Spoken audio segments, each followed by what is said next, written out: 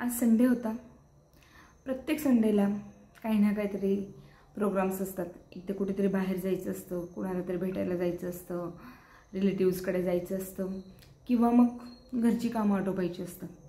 पण आज तसलं काहीच नव्हतं आणि मी पण ठरवलं होतं की आज एकदम टाईमपास करायचा, आपल्याला जसं वाटेल तसं आजचा दिवस काढायचा। तर मग आज मी कालच ट्रेलर बघितली होती मिसेस म्हणून मूवीची। मग तो मूवी बघायचा आज ठरवलं। मी बघितला तो मूवी। मला तसं मराठी मूवी खूप आवडत असतात आणि मला नेहमी वाटतं की तुमच्याशी त्या मूवीजबद्दल बोलत जावं म्हणून। एक 40शीतली चोर बघायची, तुमच्यासोबत बोलायची खूप इच्छा आहे मला।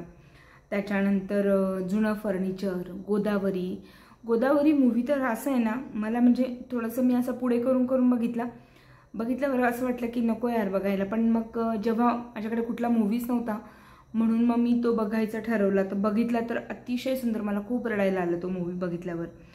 मला मराठी मूवी पण खूप आवडतात आणि मला असं मूवी बघताना नाही ना, असं लव्ह स्टोरी वगैरे अशी मूवी नाही आवडत। मला काहीतरी क्रिएटिव्ह असं आणि जुन्या काळातले मूवी अशा म्हणजे ज्याच्यातून ज्या मूवीतून आपल्याला काहीतरी घेता येईल, आपलं मन लागेल अशी मूवी बघायला मला खूप आवडतात। तसंच हा मिसेसचं ट्रेलर बघितल्यानंतर वाटलं की मला हा मूवी बघावा म्हणून।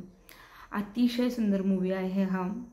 एका स्त्रीची कथा आहे, म्हणजे ती स्वतः डान्सर असते, तिचं लग्न जमतं, तिचा नवरा डॉक्टर असतो।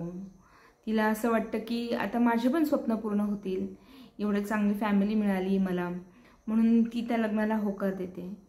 पण ती लग्न झाल्यानंतर ज्या वेळेला त्या घरात जाते आणि एक एक दिवस, आजचा दिवस, उद्याचा दिवस, परवाचा दिवस, म्हणजे ती घरातल्या कामात याच्यात त्याच्यात स्वतः गुरफटण्यापेक्षा वातावरण तिला बरोबर गुरफटतं। पर्यायच नसतो, कारण घरातली कामच इतकी असतात ना। आणि प्रत्येकाचे विचार की आपल्या घरातले जे सासरे होते तिचे, त्यांचे विचार की मला सगळं पाटावरटावरचंच आवडतं, मिक्सीमधलं आवडत नाही, किंवा कुठली गोष्ट कुकरमध्ये शिजवलेली ठीक आहे, आपल्याला कळतं, आवड असणं, किंवा मग जीवनसत्वांचा विचार करून तो स्वयंपाक बनवणं, ह्या सगळ्या गोष्टी ठीक आहेत। पण मग समोरच्याचं काय होतंय ह्या सगळ्या तारेवरची कसरत करत असताना, घरात सगळं धुणं, भांडे, स्वयंपाक ह्या सगळ्या गोष्टी करत असताना समोरच्या व्यक्तीची काय अवस्था होते हे कोणी जाणून घेत नाही। आणि खूप फरक असतो की स्वतःची मुलगी आणि सून, आपण म्हणतो की माझी सून माझी मुलगी असेल, पण हे सगळं फक्त बोलण्यापुरतं मर्यादित असतं। आपल्या मुलीने काय केलं तर त्यांची मुलगी डॉक्टर असते, तर मग ती डॉक्टर असते तर तिला सगळ्या गोष्टी मिळायला हव्यात। ही डान्सर आहे तर हिला काय, वरून हिला म्हणायला की हां तुला काय कमी आहे। अरे हो, तिला काहीच कमी नाही, पण डिमांड्स फक्त एखाद्या लेडीजची तेवढी नसते ना की अन्न वस्त्र निवारा, तिचे पण काहीतरी स्वप्न असतात।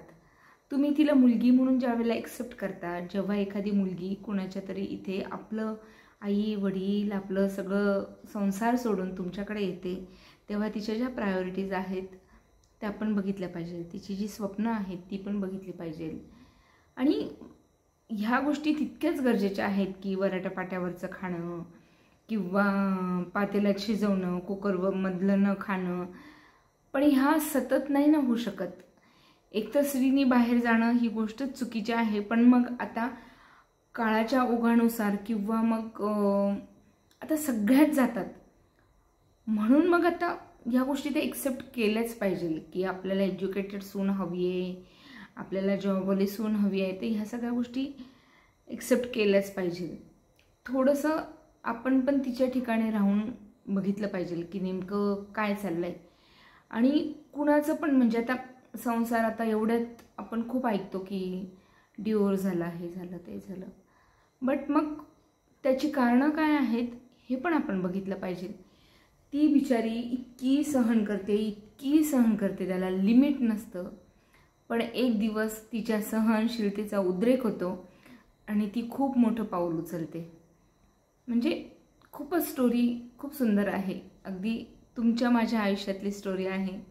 खरंच सगळ्या लेडीजनी बघा, जेंट्सनी पण बघा, त्याच्यातून काही सुधारणा करता येतील का त्या सांगा। आणि अजून अशा प्रकारचे कुठले मूवी तुम्हाला आवडतात ते पण सांगा। मिसेस म्हणून मूवी आहे हा, डायरेक्टर कोण आहे, हिरोईन कोण आहे, मला खरंच काही गोष्टी लक्षात नाही राहत, म्हणून मी ते सांगायचा अट्टहास पण नाही करणार. बट मूवी छान आहे तर बघा.